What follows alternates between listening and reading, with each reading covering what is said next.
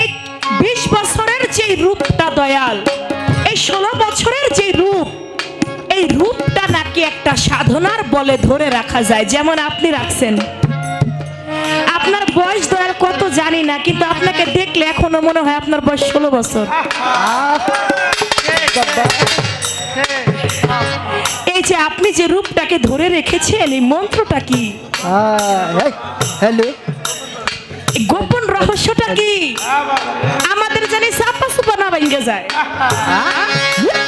অনেকে আছে না, গাছের মাথায় চুত্রা পাতা ঘষা দিলে জলে, দুই দলে পালা লাগলে এদিক সেদিক দুই চার কথা বলে। এখন আজকে যে পালাটা দেওয়া হয়েছে, আমি ইচ্ছা করে পারবো না আমার ভক্তরে আমি বা আমার শিষ্যকে আমি কিছু বলি, সেও ইচ্ছা করলেও করা একটা কথা আমাকে বলতে পারবে না। পালাটা এমনই যেখানে অনেক কিছুই শিক্ষণীয় আছে, কি বল?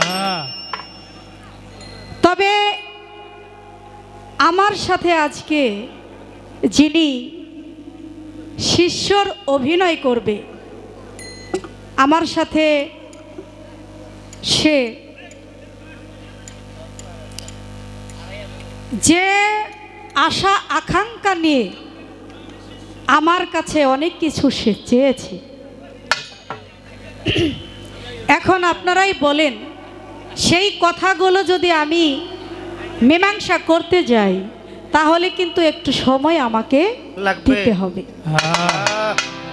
আমার কাছে আমার শিষ্য অনেক কিছুই চেয়েছে, কিন্তু সকল কিছু কি আমি একসাথে পূরণ করতে পারবো? না না। এখানে আপনারা গুরুজন ব্যক্তি, গুরুর পালা আমাকে দিয়েছে, আমি তো ভক্ত হওয়ারও যোগ্যতা রাখি না। পালা যেহেতু দিয়েছেন, তাহলে গুরুর দেওয়া কিছু কথা, আমার রশিদ চাঁদের দেওয়া কিছু কথা, সেইগুলো আপনাদের জানা কথা, বলা কথা, সেই কথাগুলো একটু আপনাদেরকে স্মরণ করিয়ে দিতে পারবো। কিন্তু আমি আলাদাভাবে কোনো কিছু নতুন করে বলতে পারবো না। তত্ত্বশাস্ত্র দিয়ে আপনাদের মন সন্তুষ্ট করার মতো ক্ষমতা আসলেই আমাদের নাই। আমার শিষ্য সর্বপ্রথমে আমাকে প্রশ্নবোধক গান রেখেছে, আজকের জন্য আমি তার একজন দীক্ষাগুরু, কি বলেন? এখন আমার কাছে সে প্রশ্ন রেখেছে অনেকগুলো। আমি যদি মনে করি সে প্রথমেই গুরুর কাছে আসছে, যদি একটু কাকুতি মিনতি আর্জি নিয়ে একটু প্রেম বিনিময় আগে করত, তাহলে বিষয়টা আরো সুন্দর হইতো। কিন্তু তিনি প্রথম এসেই আমাকে প্রশ্নবোধক গান করে বসে গেছে। প্রশ্ন অনেকগুলো তার, জীবন ভরেই তো শুনছি, জানেন যে একটা টিচার একজন ছাত্র অথবা একজন ছাত্রীকে প্রশ্ন করে, কিন্তু আজকে বিষয়টা তো একটু উল্টো। আমার শিষ্য টিচারকে প্রশ্ন করতেছে, আমাকে প্রশ্ন করতেছে, অনেক কিছুই তার জানার বোঝার আছে। ঠিক আছে, আমার কাছে অনেক কিছু জানার বোঝার থাকবে, এটাই স্বাভাবিক। কিন্তু আর একটু যদি একটু নম্রভাবে, একটু আর্জিমূলক, একটু কাকতি মিনতি ওইভাবে যদি একটু বলা হইতো সুন্দর হইতো না? তো কেমন জানি হয়ে গেল প্রথমেই প্রশ্নবোধক গান। আসলে এই প্রশ্নের জবাব আমি দিতে পারবো কিনা সেটাও তো একটা বিষয় নাকি?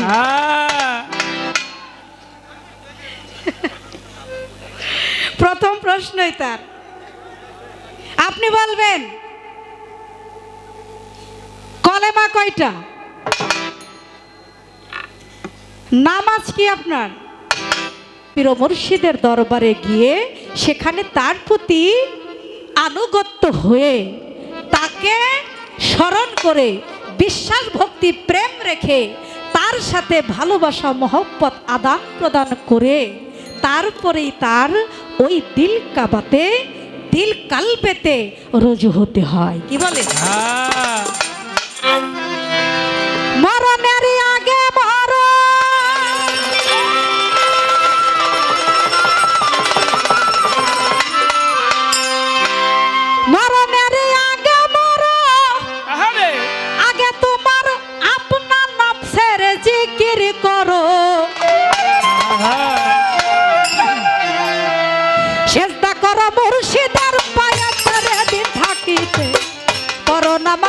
হুজুরি কালবেতে পর নামাজ হুজুরি কালবেতে রে দিন থাকিতে পর নামাজ হুজুরি কালবেতে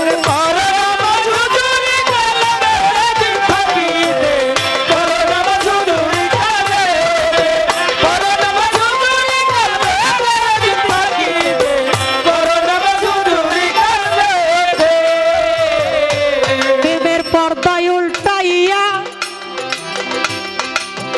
আরে বাজানা মদি কদে যাইয়া রে পর নামাজান ফাদের সেবা আগে আইনা লেতে ঠিক দুধের ঘরে হজ করো গাল লক্ষ্য করে হজের নিশানুরে সেই জায়গাতে রে মন হজের নিশানুরে সেই জায়গাতে রে দিন থাকিতে পর নামাজ হুজুরি কালবেতে পর নামাজ হুজুরি কালবেতে রে দিন থাকিতে পর নামাজ হুজুরি কালবেতে ওরে বড় নামাজ হুজুরি কালবেতে থাকিতে বড়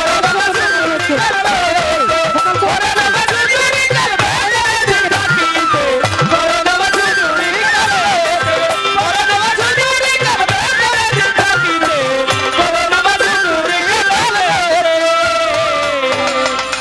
ফকির আহমদ কয়সামত বোকা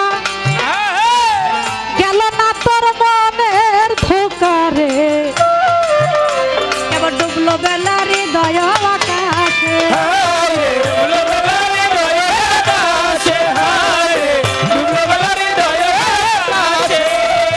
আহমদ কয়সামত বোকা গেল না তোর মনের ধোকা রে ডুবলো বেলার হৃদয় আকাশে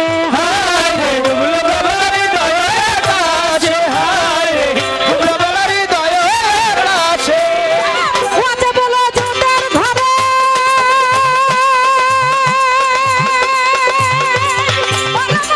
ওয়াজে বলো জুতার ঘরে হাজ করো না লক্ষ্য করে বলো জুতার ঘরে হাজ করো না লক্ষ্য করে হজের নিশানুরে সেই জায়গাতে রে বোন হজের নিশানুরে সেই জায়গাতে থাকিতে পর নামাজ হুজুরি কালবেতে পর নামাজ হুজুরি কালবেতে রে দিন থাকিতে পর নামাজ হুজুরি কালবেতে ওরে বড় নামাজ হুজুরি কালবেতে থাকিতে বড় নামাজ হুজুরি কালবেতে বড় নামাজ হুজুরি কালবেতে থাকিতে বড় নামাজ হুজুরি কালবেতে মহাজনে গানের ছন্দ হইয়া গেল শেষ এইবার আমি কিছু কথা বলিব বিশেষ ধর্ম সবাই আছেন যারা সালাম জানাই গন্ডগোলটা রাখবেন বারণ পাই ধরে জানাই যে গানটি গেয়েছি আমি কোন কাবায় পড়া যায় আশা করি গানের মাঝে আপনারা বুঝতে পারছেন আমার আল্লাহর ইবাদতের ঘর কয়টা একটা না হ্যাঁ কি বলে ইবাদতের ঘর তো একটাই নাকি একটি জাহেরি আর একটি হচ্ছে বাতেনি এই যে একটা শব্দ হয় এই যে একটা শব্দ হয় এই শব্দটা মোটা একটা শব্দ হয় এটা একটু বন্ধ করে দেন প্লিজ আলাদা যে একটা শব্দ হইতেছে হামদা হামদা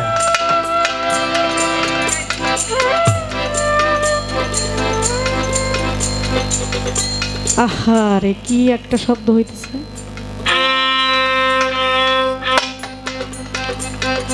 যে কাবার মধ্যে মুসলমান গিয়ে হজ করে সেটা হয়ে যায় ইবাদতের সেজদা কি বলেন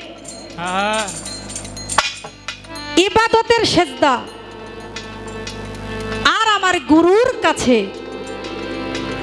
গিয়ে যখন সেজদা করা হয় তখন আমার মুর্শিদের দিল আল্লাহর হয়ে যায় কাবা এই জন্য বলা হয়েছে আল কালব বাইতুল্লাহ অর্থাৎ আল্লাহর আরশ হলো মুমিনের দিল আল্লাহর আরশ যদি মুমিনের দিল হয় তাহলে ওই দিল কাবাকে স্মরণ করে তারপরে তার কাছে গিয়ে আত্মসমর্পণ করে তাকে সেজদা করা হয় তবে মনে ভাইবেন না যে মানুষ ভেবে সেজদা করা যায় মানুষ ভেবে কেউ কখনো সেজদা করে না হেরা পর্বত গুহায়ও কিন্তু আমার নবী করিম সাল্লাল্লাহু আলাইহি ওয়াসাল্লাম উনি কিন্তু সাধনা করেছেন, কিন্তু আহা। সেখানে উনি যে সাধনা করেছেন অবশ্যই কিন্তু কোনো একটা বস্তুকে অনুসরণ করেই সাধনা করেছেন। কি আহা সেই অনুসরণ যাকে করা হয় সেই কিন্তু মহাগুরু। কি বলেন? যাকে অনুসরণ আমিন, করা আমিন। হয় সেই কিন্তু মহাগুরু। এই জন্য সূরা ফাত্তার 10 নং আয়াতে বলা হয়েছে ইন্না লাজিনা ইউবাই ওনাকা ইন্নামা ইউবাই ওনাহা ইয়াদুল্লাহি ফাত্তাকা আইদিহিম। এর অর্থ বুঝিয়েছেন যারা তোমাদের নিকট আনুগত্য করেছেন, যারা শপথ করেছেন তারা তো আল্লাহর নিকটেই আনুগত্য স্বীকার করেছেন। কথা কি বোঝাইতে পারছি? আমার আল্লাহ তাআলার এটা নিজে কথা যে যারা তোমাদের উপরে আনুগত্য করেছে এক নম্বর না। তারা আমার উপরেই আনুগত্য করেছে। তার মানে এখানে সূরা আন-নেছার ৮০ নং আয়াতের মাধ্যমেও তার প্রমাণ পাওয়া যায়। মাই ইউতি ইর রাসূলা ফাকাদ আত্তা আল্লাহ ওয়া মান তাআল্লাহ কামা আরসালনাকা আলাইহিম হাজিফা। অর্থাৎ আল্লাহ বলেন যে ব্যক্তি, যে মুমিন ব্যক্তি আমার রাসূল পাক সাল্লাল্লাহু আলাইহি ওয়াসাল্লামের কাছে অথবা তার কাছে আনুগত্য করলো, অনুসরণ করলো, সে আমার নিকটেই অনুসরণ করলো, আমার কাছে আনুগত্য স্বীকার করলো। এখন রাসূলকে যদি আপনারা অনুসরণ করেন, তার কাছে যদি আপনারা আনুগত্য স্বীকার হন, তাহলে আল্লাহ বলছে আমার কাছেই করা হবে। তাহলে আপনারা রাসূলকে এখন কোথায় পাবেন বাবা? একটু একটু ছোট ছোট বাজাবে। রাসূলকে আপনারা কোথায় পাবেন? রাসূলকে পেতে হলে অবশ্যই একজন মুর্শিদের মাধ্যমে, তার কাছে গিয়ে আত্মসমর্পণ করে, তার পদধূলো অর্জন করে। হাদিস কুদসিতে ফরমায়াছেন মান আরাফা নাফসাহু ফাকাদ আরাফা রাব্বাহু। যে ব্যক্তি নিজেকে নিজে চিনছে সে অবশ্যই তার রবকে চিনেছে। তুমি তোমার নিজেকে নিজে চিনো, তবেই তুমি তোমার রবকে তুমি চিনতে পারবে। এবার নিজেকে নিজে ইচ্ছা করলেই কিন্তু চেনা জানা সম্ভব না। নিজেকে নিজে চিনা জানার জন্য অবশ্যই একটা দীক্ষা গুরুর প্রয়োজন, শিক্ষা গুরুর প্রয়োজন। কি বলেন? এই জন্যই কিন্তু একজন অজ্ঞানী মানুষ যায় জ্ঞানীর কাছে। কি জন্য যায়? সে হচ্ছে অচেতন। এই জন্য অচেতন একটা ব্যক্তি যায় একজন জ্ঞানীর কাছে, কারণ জ্ঞানী মানুষ হচ্ছে চৈতন্য। তার কাছে আছে সুমধুর জ্ঞান, ওই সুমধুর অমূল্য রত্ন, অমূল্য সম্পদ, অমূল্য ধন তার কাছে গেলে পাওয়া যাবে। তার মাধ্যমেই কিন্তু নিজেকে চেনা সম্ভব, তার মাধ্যমেই কিন্তু গুরুকে চেনা সম্ভব, তার মাধ্যমেই কিন্তু গুরুকে চেনার পর রাসূলকে চেনা সম্ভব, তার মাধ্যমেই রাসূলকে চেনার পর স্বয়ং প্রভুর দর্শন হবে। বলেন সুবহানাল্লাহ। সুবহানাল্লাহ। তাহলে আমরা হুট করেই কিন্তু আল্লাহকে, আল্লাহর কাবাকে ছুঁতে পারবো না। আল্লাহর কাবাটা আল্লাহর আরশ দিল, এই দিল কাবাকে আগে তোমরা ভজো, সাধন করো, তাকে চিনো, তাকে জানো। নাকি তুমি তোমাকে চিনার কথা বলেছে, তার মানে তুমি পৃথিবীতে এসেছো, তুমি পূর্ণাঙ্গ দেহ নিয়ে পৃথিবীতে এসেছো। তোমার দেহের মধ্যে কোথায় কি আছে না আছে, কি সাধনা, তোমার দেহ অনেক রকম হয়ে যায়। কারণ দেহ যখন সৃষ্টি হয়ে আসে এক এক সময় এক একটা রূপ ধারণ করে। কি ঠিক না? ঠিক। রূপের অনেক পরিবর্তন হয়, দেহের অনেক অসুখ বিসুখ অনেক কিছুই থাকে, সমস্যা থাকে। সেই সমস্যাগুলো দূর করার জন্যই কিন্তু একজন কামিল মুর্শিদের কাছে যেতে হয়। কারণ 16 আনা নিয়ে বাজান, রঞ্জিত ভাই, 16 আনা নিয়ে পৃথিবীতে আমরা সবাই আসি, কিন্তু 16 আনা বস্তুটা আমরা রাখতে পারি না। আমরা 16 আনার মধ্যে অনেক কিছুই কিন্তু কম করে ফেলি। কিসের জন্য? আমাদের সাধনার অভাব আছে, আমাদের কর্মের অভাব আছে, আমাদের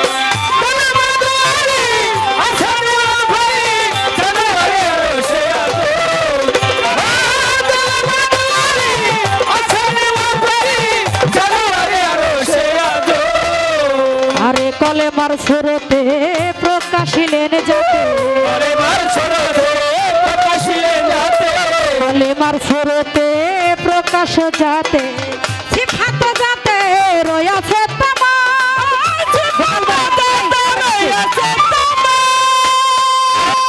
এই যে কমে যায়, এটা তো ব্যালেন্সড স্থায়ী থাকে না, এটা তো খারাপ ভাই। কষ্ট হয় না আমাদের গাইতে ভাই?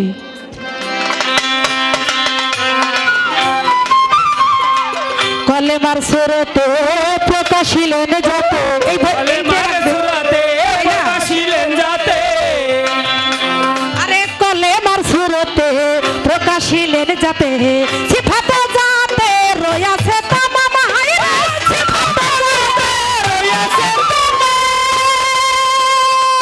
আর সে আল্লাহ কলম ঘুরে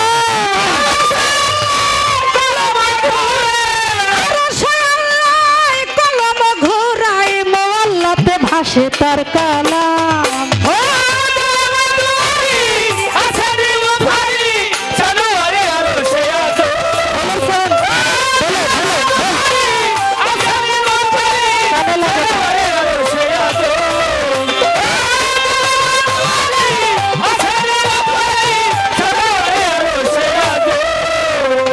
পাঁচ ভাগে কলেমা নকশার মধ্যে আছে জমা, পাঁচ ভাগে কলেমা বাজানরে নকশার মধ্যে আছে জমা, আবার বারান্দায় সীমানা নাই বেশি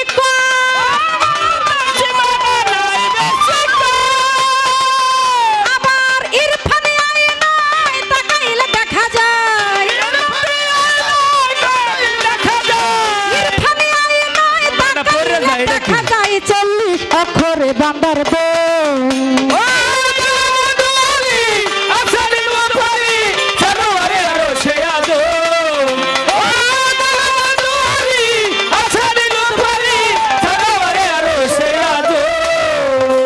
শোনো ভাই মুমিন লা দুইল্লাতিন, শোনো ভাই মুমিন লা দুইল্লাতিন, মানার ভাই আছে তিন লাও আগে তালিম,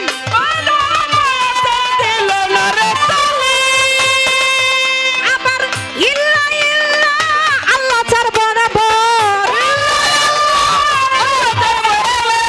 ইল্লা ইল্লা আল্লাহ চার বরাবর রাখিও নজর বরকদম।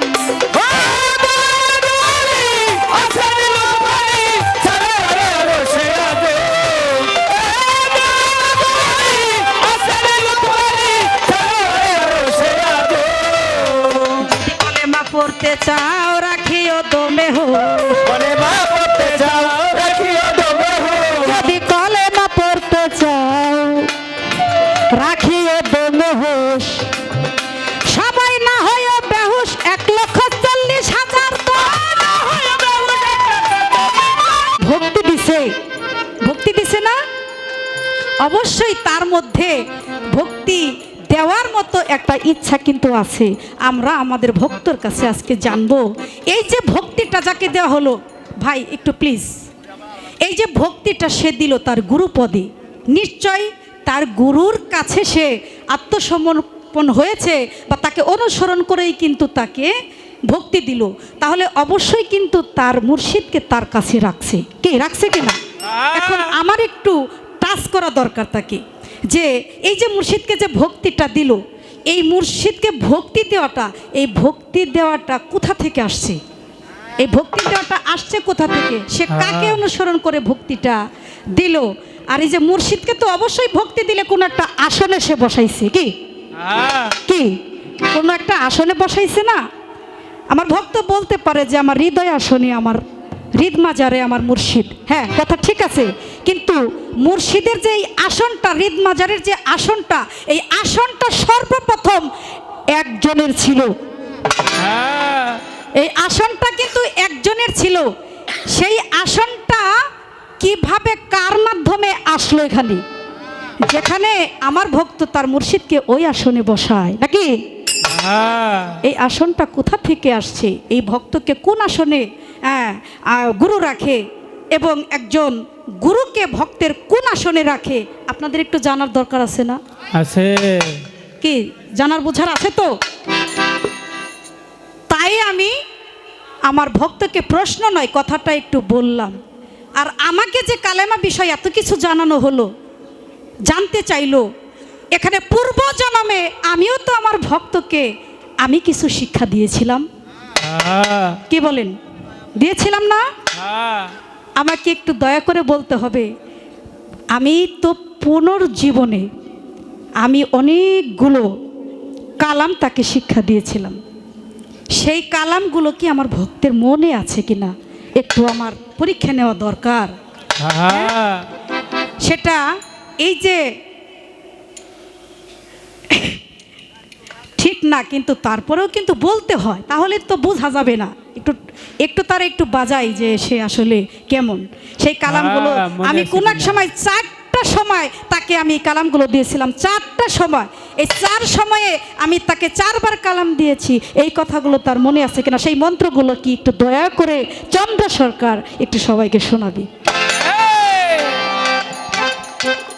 এই আর আমাকে তিনি আরেকটি কথা বলেছে যে রসুল পাক সাল্লাল্লাহু আলাইহি ওয়াসাল্লাম উনি যে মুরিদ হয়েছে সেটা কোন কলেমা দিয়েই মুরিদ হয়েছে।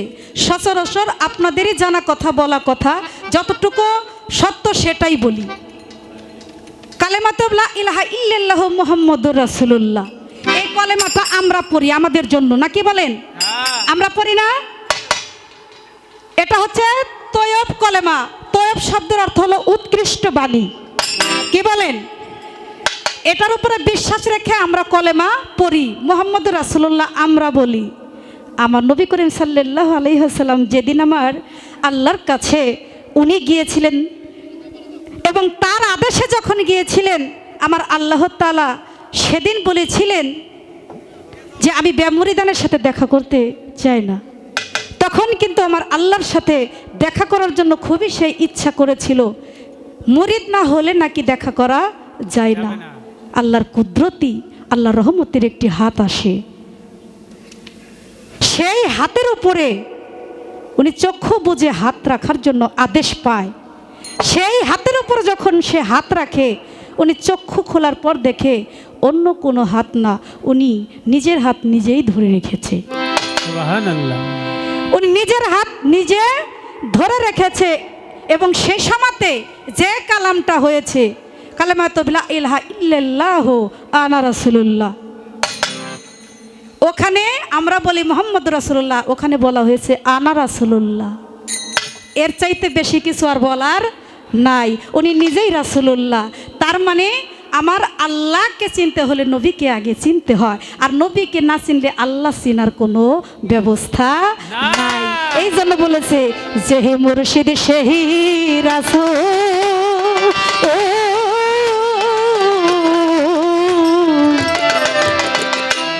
এই কথাটি নাই কোন ভুল, খোদাও সে হয়। হায়রে এমন কথা নালন কই না কোরআনে কই, ওরে মন কোরআনে কই, পারে কে যাবি নবীর নৌকাতে আয়। কথা ঠিক আছে না? হ্যাঁ আমার যিনি দয়াল গুরু অত্যন্ত চমৎকার করে আমার যে কথা ছিল, ভেলাটা কমাই দেন ভাই, নয়েজ করে। 4 তরিকার 4টি কাবা কোন কোন খানদায় রয়, কোন তরিকার কোন কালেমা কোন কোন খানদায় রয়, কালেমার নকশা কি, কালেমা কি, কালেমার ফানা কি, বাঁকা কি, আমি কিন্তু এটা জিজ্ঞেস করি নাই। আমি জিজ্ঞেস করেছি 4 কালেমার 4 তরিকার 4টি কাবা কোন কোন খানদায় রয়, সেই খানদাটা কি, কোন কোন খানদার মধ্যে কালেমা নিযুক্ত আছে, কোন তরিকার রোজা নামাজ কালেমার হজ যাকাত, কোন তরিকার কেমন নামাজ, কোন তরিকার কোন বর্জক হয়। আমার দয়াল বলেছেন, চন্দ্রারে আজকে রাত্রের জন্য আমি তোমার গুরু, আমি তোমাকে যা দেব তুমি ওটাই ঠিক মনে করে নিবে। আপনি যদি নাও দেন দয়াল, তারপর আমি ঠিকই মনে করে নেব, কারণ আমি তো শিষ্য, আমি কোনো বিচারক না। বিচারক হচ্ছে শ্রোতা যারা, তারা। আমার কি বিচার করার সাধ্য আছে বাবা? আজকে রাত্রের জন্য আমি বিচার করতে পারবো? পারবো না। বিচার করবেন আপনারা। আমি শুধু দয়ালের কাছে হ্যাঁ, চাইবো, দয়াল আমাকে সঠিক দিলেও সঠিক, যদি আমাকে একটা কলা গাছ দেখিয়ে বলে চন্দ্রা এটা তাল গাছ, আমি ওইটাই বিশ্বাস করে নেব। এটা আমার বিশ্বাস আমার গুরু প্রতি আছে, ইনশাল্লাহ থাকবে। হ্যালো বলে আমাকে অনেক প্রশ্ন করেছে। না, আমি অত প্রশ্ন আপনাকে করি নাই, যেগুলো আমাদের মানব সমাজের জন্য দরকার সেখান থেকে আমি কয়েকটি কথা, মূল কয়েকটি কথা আপনার কাছে আমি রেখেছিলাম। হ্যালো আমরা তো সবাই কালেমা পড়ে, এত কথা বললে তো হবে না ভাই, এত কথা কেন?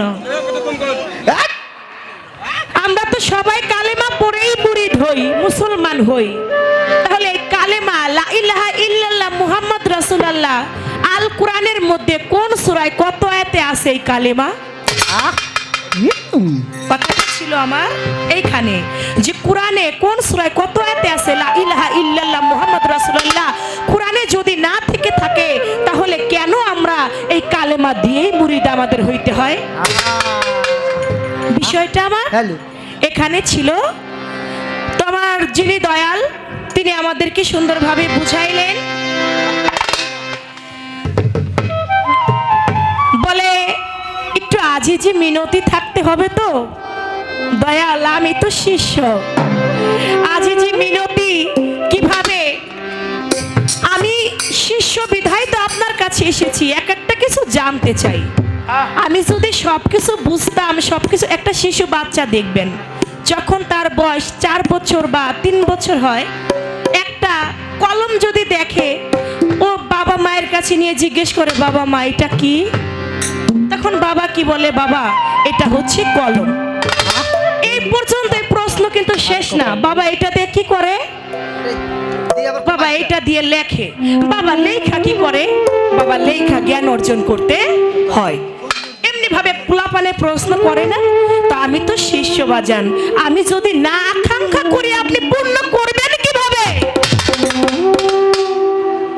আমার আকাঙ্ক্ষা থাকতে হবে, আপনার পূর্ণতা থাকতে হবে। আমার আকাঙ্ক্ষা না থাকলে তো আপনি পূর্ণ করতে পারবেন না। আজকে সমস্ত লোক এখানে যারা গান শুনতেছে সে সবাই, কিছু কিছু পীর মাশাইখরা বাদে সবাই শিষ্য, আপনি একা গুরু। সবার মনের বাসনা পূর্ণ করা আজকে আপনার দায়িত্ব। আমার গুরু আমাকে প্রশ্ন করছে, আমি পোলাপান মানুষ, আমি কি জানি? শিষ্য যে সে তো এমনিতেই অবুঝ, যে কিছু জানে না, যে কিছু বুঝে না। আমার দয়াল বলে সৃষ্টিতে আগের জন্মে তোমাকে 4 বার কালাম দিয়েছি, সেই 4 বার কালাম দেখি তোমার মনে আছে কিনা। আপনাদের কাছে একটা বিচার আসতে বাজান, সৃষ্টিতে পূর্ব জন্মে স্রষ্টা আমার মাওলা আমাদের কি কালাম দিয়েছিল এটা যদি আমাদের মনে থাকতো তাহলে আমাদের কি আজকে কুদ্দুসানদের দরবারে যাইতে হইতো? না, যদি ওই স্রষ্টার কথা আমাদের মনেই থাকতো তাহলে কি আমরা বৈরাবার দরবারে যাওয়া আশা করতাম? আমাদের মনে নাই দেখে তো আমরা দরবারে যাওয়া আশা করি ভাই। তাহলে দয়াল যে জিজ্ঞেস করলো যে পূর্বের জন্মে কি ছিল, এটা যদি জানতাম আমি তো পিসাবি হইতাম। এটা তো আমি জানি না, এটা জানি না দেখেই তো গুরুর কাছে গিয়েছি। গুরুর কাছে জানবো যে পূর্ণ জন্মে কোন পাপ আমার ছিল যার কারণে আমি হয়েছি শিষ্য। পূর্ণ জন্মে আপনার কি এমন গুণ ছিল যে গুণের কারণে আপনি হয়েছেন গুরু? কি বাবা এটা আমার কথা না?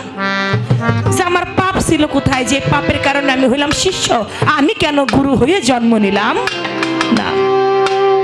আমার দয়াল আমার কাছে এই কথা জানতে চেয়েছে যে পূর্বে জন্মে তোমাকে 4 বার কালাম দিয়েছি, তোমার মনে আছে কিনা? কিছুই মনে নাই দয়াল, এক কথায় কিছু মনে নেই। যদি মনে থাকতো তাহলে গুরু দরবারে যাইতাম না। তবে হ্যাঁ, সাধুজনদের মুখে শুনেছি যে পূর্বে জন্মে কালাম দিয়েছিল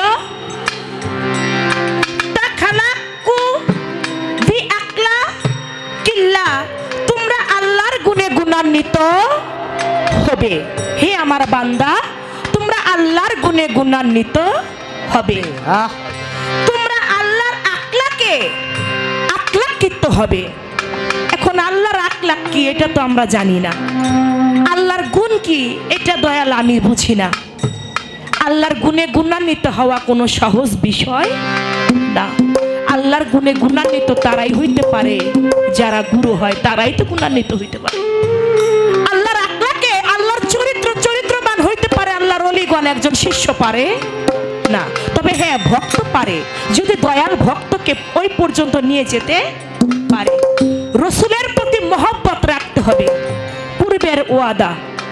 এখন আমরা এই ধরাধামে এসে কতটুকু মহব্বত রাখতে পেরেছি এটা আমরা নিজেরাই ভালো জানি, যে কতটুকু আমরা দয়াল নবীর প্রতি ঈমান আনতে পেরেছি। পাঞ্জাতনের মহব্বত রাখতে হবে। এই যে চারটি সবক, চারটি বিষয় মাওলা আমাদেরকে দিয়ে এই ধরাধামে পাঠিয়েছে, আমরা কে কতটুকু পালন করতে পেরেছি সেটা আমরা নিজেরাই জানি, আর জানে গুরু। তবে আমি চন্দ্রা, আমি কিছুই রক্ষা করতে পারি নাই বিধায় আমি আমার বৈরবরের দরবারে গিয়া কান্দি, দয়ালের দরবারে গিয়া কান্দি। মুর্শিদরে পূর্বে যাহা করে এসেছি কিছুই আমার মনে নাই, তবে আমি যেন তোমার রূপে রূপ মিশাইয়া যেন সেই পর্যন্ত পৌঁছাইতে পারি। আরো একটি কথা আমার দয়াল আমার কাছে রেখেছেন, সেই কথাটি হলো, তিনি তো আমার দয়াল, আমি দয়ালকে সহকারে আপনাদের সবাইকে একটা ভক্তি আমি দিয়েছি। এখন তিনি বলে এই ভক্তিটা কোথা থেকে আসছে, তুমি তোমার দয়ালকে কোন আসনে বসিয়েছ, সেই আসনটা কি? আপনারা এটা সবাই জানেন, সৃষ্টির মূলের কথা। আমার দয়াল নবী প্রথমে ছিল আল্লাহর নূর, দোয়ামে তবা গাছের ফুল, দোয়ামে তবরকের ফুল, তৃতীয়তে ময়নার গলার হার, চৌথায় সিতারা, পঞ্চমে ময়ূরিণী। এই যে পঞ্চমে যখন ময়ূরিণী হইল, ময়ূর রূপে যখন নিচের রূপ তিনি নিচে আয়নার মধ্যে, সামনে একটা শরমের আয়না আসলো, নিচের রূপ যখন ওই আয়নার মধ্যে নিচে দেখলো, নিচে দেখে শুকরিয়া আদায় করে আমার আল্লাহ পাকের দরবারে একটা না একে একে 5টা সেজদা, 5টা ভক্তি দিয়েছি। সেই 5টা ভক্তি হইতেই এখনো পর্যন্ত, শুধু তাই নয়, আদম আলাইহিস সালামকে যখন আমার আল্লাহ পাক তৈয়ার করলো, আমার আল্লাহ পাক বলল, হে আমার ফেরেশতাগণ, তোমরা সকলেই আমার আদমকে সেজদা করো। সবাই সেদিন আদমকে সেজদা করেছিল। রুহু তো একদিন, প্রতিদিন সৃষ্টি হয় না, একদিনে এই রুহু তৈয়ার হয়েছে, একদিনে রুহু সৃষ্টি হয়েছে। সমস্ত রুহুদেরকে বলা হলো তোমরা আদমকে সেজদা করো, সমস্ত রুহু সেদিন আদমকে সেজদা করেছে। আর যারা সেজদা করে নাই তারা কাফের, বেদিন, মুনাফিক হয়ে পৃথিবীতে এসেছে। তাই বাজান, ওইখানে ভক্তি আপনাকে করেছি, মাওলাকে ওই সৃষ্টির মূলেই ভক্তি করেছি। এর জন্য এই দুনিয়ার বুকে এসেও আমরা বৈরবর দরবারে গিয়ে কুদ্দুস চাঁদের চরণে, মুর্শিদের চরণে, বুরহানুদ্দিনের চরণে আমরা ভক্তি করে থাকি। এখানে ছিল কথা, এই দেহের উত্তর, দক্ষিণ, পূর্ব, পশ্চিম, উত্তর, দক্ষিণ, পূর্ব, পশ্চিম, কে রয়েছে কোন শহর আমার, কে রয়েছে কোন শহর। একটা কথা বলছি কিন্তু, তুমি তোমার মুর্শিদকে কোন আসনে বসিয়েছো? বলে যদি হৃদয় আসনে বসিয়ে থাকো, ওই আসনটা তুমি কোথায় পেয়েছো? কুলবিন মুমিনিন আরশে তালা মুন, মুমিন বান্দার কালবি হলো আল্লাহর আরশ, সিংহাসন। আর ওই আল্লাহর সিংহাসনটা এই বান্দার কালবের মধ্যেই আমি পেয়েছি। আমার এই কালবের মধ্যে এই আসনটা আছে বিধায় আমার সদর কালবের মধ্যে মুর্শিদ আপনাকে বসিয়ে আমি আপনার সেবা যত্ন করি। উত্তর, দক্ষিণ, পূর্ব, পশ্চিম, উত্তর, দক্ষিণ, পূর্ব, পশ্চিম, কে রয়েছে কোন শহর দয়াল, কে রয়েছে কোন শহর, কেমনে ঠিক রাখি দয়াল আমার এই দেহ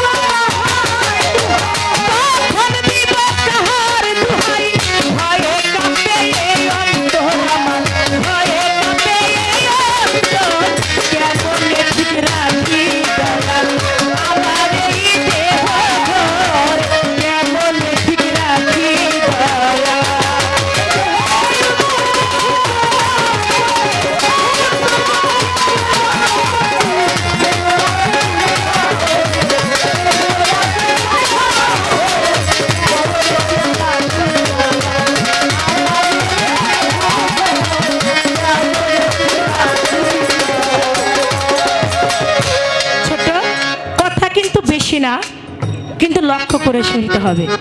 মাত্র 3টি কথা। আমরা বাহ্যিক জগতের উত্তর কোনটা, দক্ষিণ কোনটা, পূর্ব কোনটা, পশ্চিম কোনটা, এটা কিন্তু আমরা সবাই চিনি, জানি, কিন্তু এই মানব দেহের উত্তর, দক্ষিণ, পূর্ব, পশ্চিম আমরা চিনি না। তাই আমার দয়ালের কাছে জানবো, দয়াল আমার এই মানব দেহের উত্তর, দক্ষিণ, পূর্ব, পশ্চিম কে রয়েছে, কোন শহর, কেমনে ঠিক রাখি দয়াল আমার এই দেহঘর। মান আরাফা নাফসাহু ফাকাত আরাফা রাব্বাহু। যে চিনে নিজকে সে চিনে তার রবকে, যে নিজকে চিনতে পারে না সে তার স্রষ্টাকেও চিনতে পারে না। তাহলে আমরা গুরুর দরবারে যাই নিজেকে চিনবার জন্য, নিজেকে জানবার জন্য। যদি নিজেকে চিনতে পারি, নিজেকে জানতে পারি, তাহলে তো আমরা স্রষ্টাকেও চিনতে পারবো। এজন্য বলছে দয়াল, এই দেহের মধ্যে কিসের আঠন, কিসের বেড়া, কত হার রক, কত জোড়া, কিসে ঠিক রবে চেহারা, আলো হবে আধার ঘর।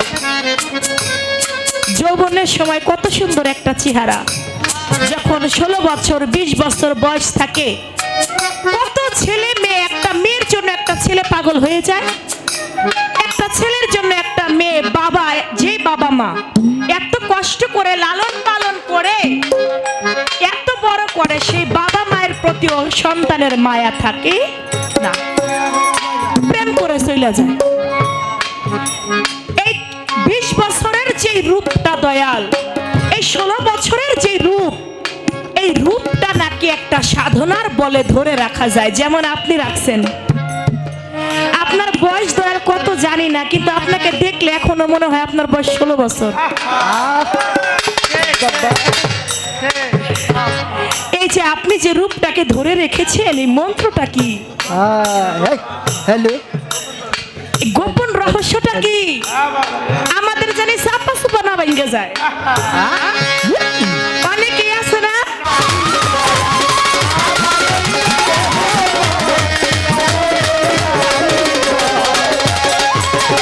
উঠবে কোথায় মরণ নিশান, থানা হবে দেহ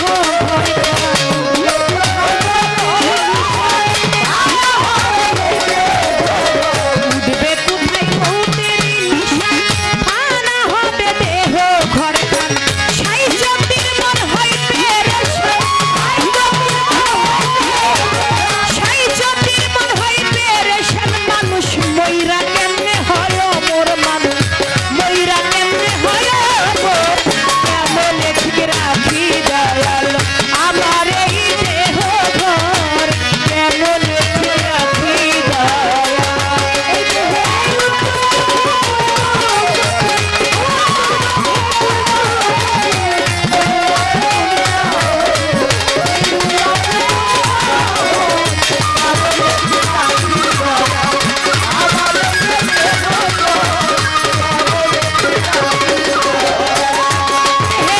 উত্তর দক্ষিণ পূর্ব পশ্চিম, উত্তর দক্ষিণ পূর্ব পশ্চিম, কে রয়েছে কোন শহর দয়াল, কে রয়েছে কোন শহর, কেমনে ঠিক রাখি দয়াল আমার এই দেহ ঘর, কেমনে ঠিক রাখি দয়াল আমার এই দেহ ঘর, কেমনে ঠিক রাখি দয়াল।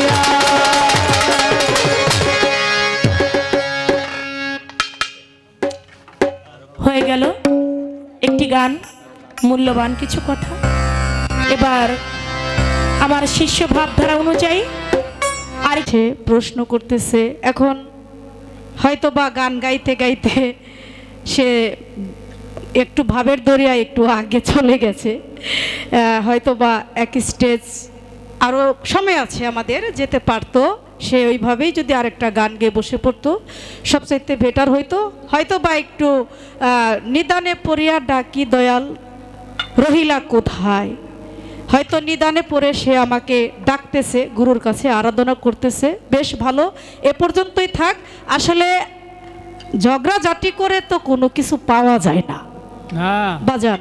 হ্যালো। এখন সন্তান তো ছোট, সে অনেক সময় বুঝে না বুঝে অনেক রকমের কথাই বলতে পারে, কিন্তু একজন মা, একজন পিতা, সে কিন্তু তার মতো আর পাগলামি করতে পারে না। না আমার যে ভারটা দেওয়া হয়েছে, আমার লাইনটা যেভাবে আমি গান রেখেছি, সে যেভাবে গান গাইতেছে, দুইজনের ধারাটাই দুই রকম। এখন আমার কাছে যে প্রশ্ন রাখছে, যে ভাবটা দিচ্ছে, আমার আসলেই কিন্তু ভাবে ভাবে ভাব মিশানোটা।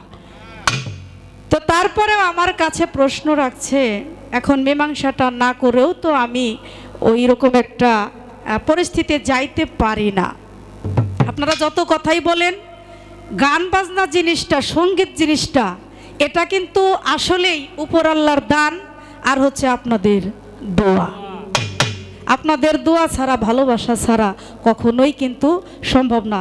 এমনও কিছু শিল্পী বের হয়েছে বর্তমানে, দেখবেন যে বন্দনার পরে থেকেও কান্দি, এ শিল্পীও আছে। হ্যাঁ মানে আরেকজন আছে যে শুধুই তর্ক বিতর্ক করে গান গায়, এরকমও আছে। কিন্তু কে কার আগে ভাব দিল তাতেই যে শিল্পী বড় হয়ে গেল, বিষয়টা তা না। কি বলেন? ভাবটা ওটা হলো হৃদয় থেকে আসি। একজন আগে দিল নাকি পরে দিল, ওইগুলো কোনো বিষয় না। এটা হলো বর্ষার পানির মতো, এটা কথার মাধ্যমে, ভাবের মাধ্যমে ভাব সৃষ্টি হয়ে যায়, নাকি বলেন? জোর করে মানুষের চোখের পানি কখনো কিন্তু আসে না। তো যাই হোক, আমি এই পর্যন্তই তোমার মীমাংসাটা দিয়ে দিলাম, আর কি বলবো। যাই হোক, আমার শিষ্য অনেক ভালো, অনেক ভালো গান গেয়েছে। আমি একটা গান করি আগে, নাকি? হ্যালো হ্যালো এই ভাই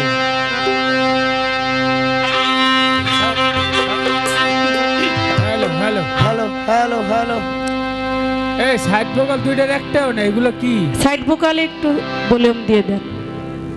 এবার বলছে, 8 নম্বর, পূর্ব 6 পশ্চিম নম্বর, উত্তর 8 আর 6 দক্ষিণে কে কোন ভাবে আছে। দয়াল, আপনি আমাকে বলেন, আমি যদি এত কিছুই জানতাম, বুঝতাম, তার হাসিল হবে না। না। এই জন্যই তো আমার রাসূল পাক সাল্লাল্লাহু আলাইহি ওয়াসাল্লামের নিজের মুখের কথা, যে আনা মদিনাতুল ইলমে ওয়া আলিউ বাবুহা। আহ, নবী বলেছেন, আমি হলাম এলেমের শহর। পৃথিবীতে যত এলেম এসেছে, আমি হলাম এলেমের শহর। আর ওই এলেমের শহরের দরজা হচ্ছে মাওলা হযরত আলী। সুবহানাল্লাহ। সুবহানাল্লাহ। তাহলে ওই মাওলা হযরত আলীর দরজা প্রবেশ না করলে কখনোই এলেম শেখা যায় না। না। কি যায় না, কি বাজান? না, না। যায় না। ওই গুপ্ত এলেম শিখতে হলে আগে এই পাপ দেহের, এই পাপে যে জড়জিত অঙ্গ, এই অঙ্গটাকে পুরার মতো পুরাইতে হবে একজন সাধুগুরুর সঙ্গ করে। হ্যাঁ তাই কবি কি গান লিখেছে, আগে দেখো যে তুমি তোমার নিজের দেহটাকে পরিষ্কার করতে পারো কিনা।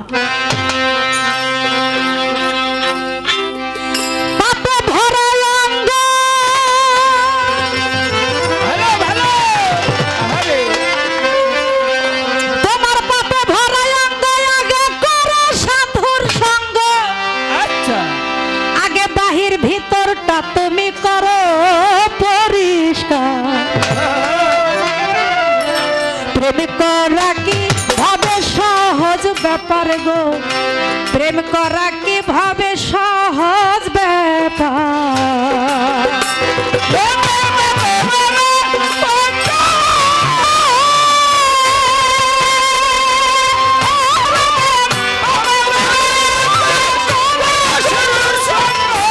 ভিতর বাহির পরিষ্কার প্রেম করা কিভাবে সহজ ব্যাপার গো, প্রেম করা কিভাবে সহজ ব্যাপার।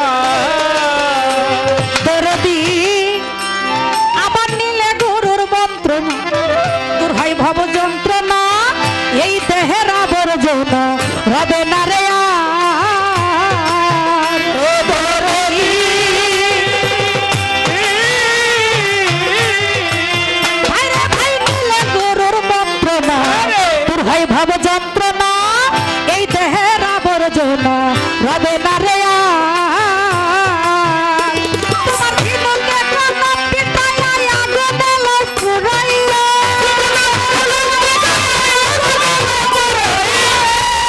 তোমার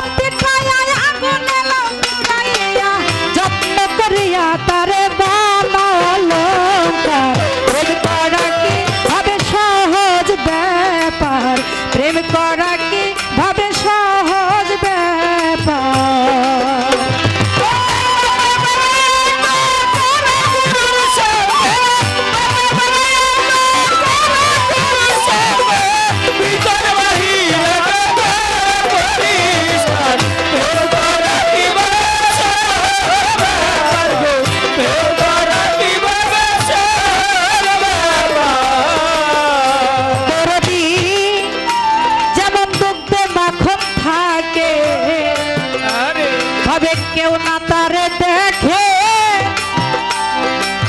মৈথনের কটে গো তার ভাইসাই উঠে সার ও ধরণী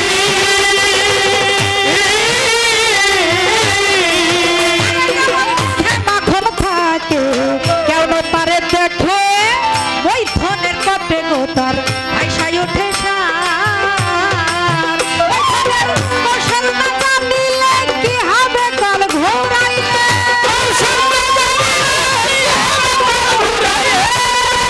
জানিলে কি হবে কাল ঘোরাইলে বিফলে জনমটা জান যাইব তোমার প্রেম করা কি ভাবে সহজ ব্যাপার প্রেম করা কি ভাবে সহজ ব্যাপার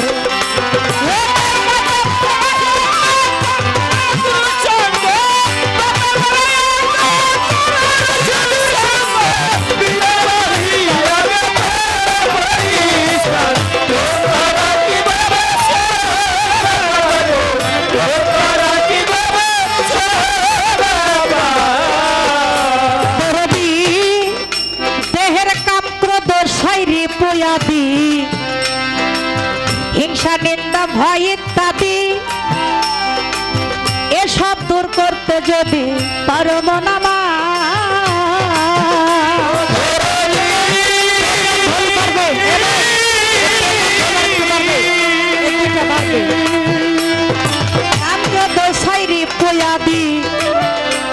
তোমার হিংসা নিন্দা ভয় ইত্যাদি আইরে এসব দূর করতে যদি পারো মনামা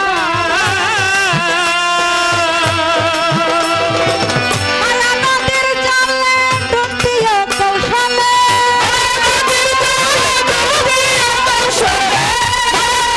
জালে ডুব দিও কৌশলে কাপড় ভিজে না যেন থাইকো হুঁশিয়ার প্রেম করা কি ভাবে সহজ ব্যাপার প্রেম করা কি ভাবে সহজ ব্যাপার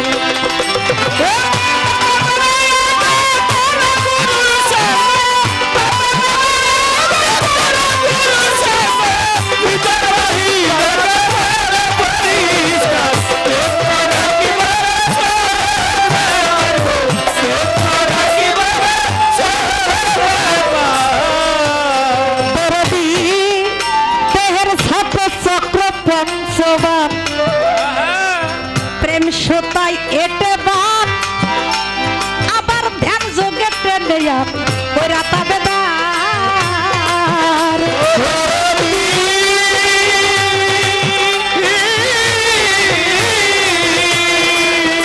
আমার ছাপ চক্র পঞ্চবান তোমার প্রেম সুতাই এটে বান আবার ধ্যান যোগে টেনে কইরা তবে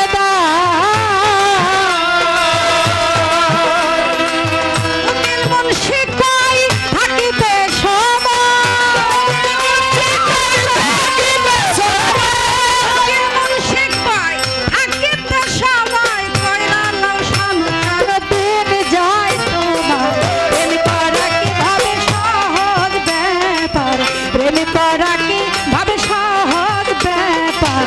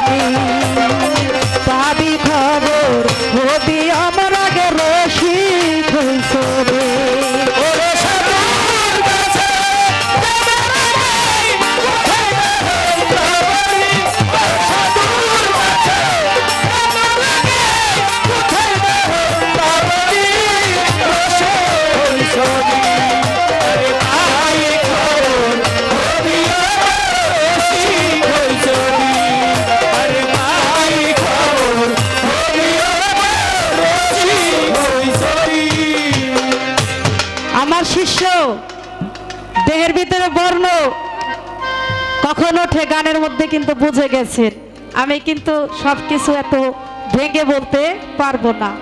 প্রথম কথা কিন্তু বুঝতে হবে, সাধু যারা আপনারা কিন্তু দয়াল, বুঝতে পারছেন কি বলছি কথাটা, যে সবে বরাত সাত দরিয়ায় রয়, সাত দরিয়ায় রয়, উদয় চাঁদের 21 দিনে তাহা ক্ষমা করতে হয়। যদি সে করার মতো করতে পারে, ঝরা ফুলে কিন্তু পূজা হবে না, উপযুক্ত বয়স লাগবে। ওই সমস্ত উপযুক্ত দিয়ে তারপরও খালি দেনই, খালি দেনই। হ্যাঁ হ্যাঁ, তাইলে যদি দেন তাইলে ওই যে বেশি বেশি খাইলে পরে কি জানি হয়, রোগ হয়। বেশি খাওয়া যাবে না, আনলিমিট কোনো কাজ করা যাবে না। লিমিটটা ক্রস করলে পরেই তার চোখে ব্যথা, চোখে সমস্যা, ঝাপসা দেখবে, মাথায় সমস্যা, রূপ লাবণ্যর ক্ষতি হবে। হ্যাঁ, কি তার রূপ আর ধরে রাখা সম্ভব না।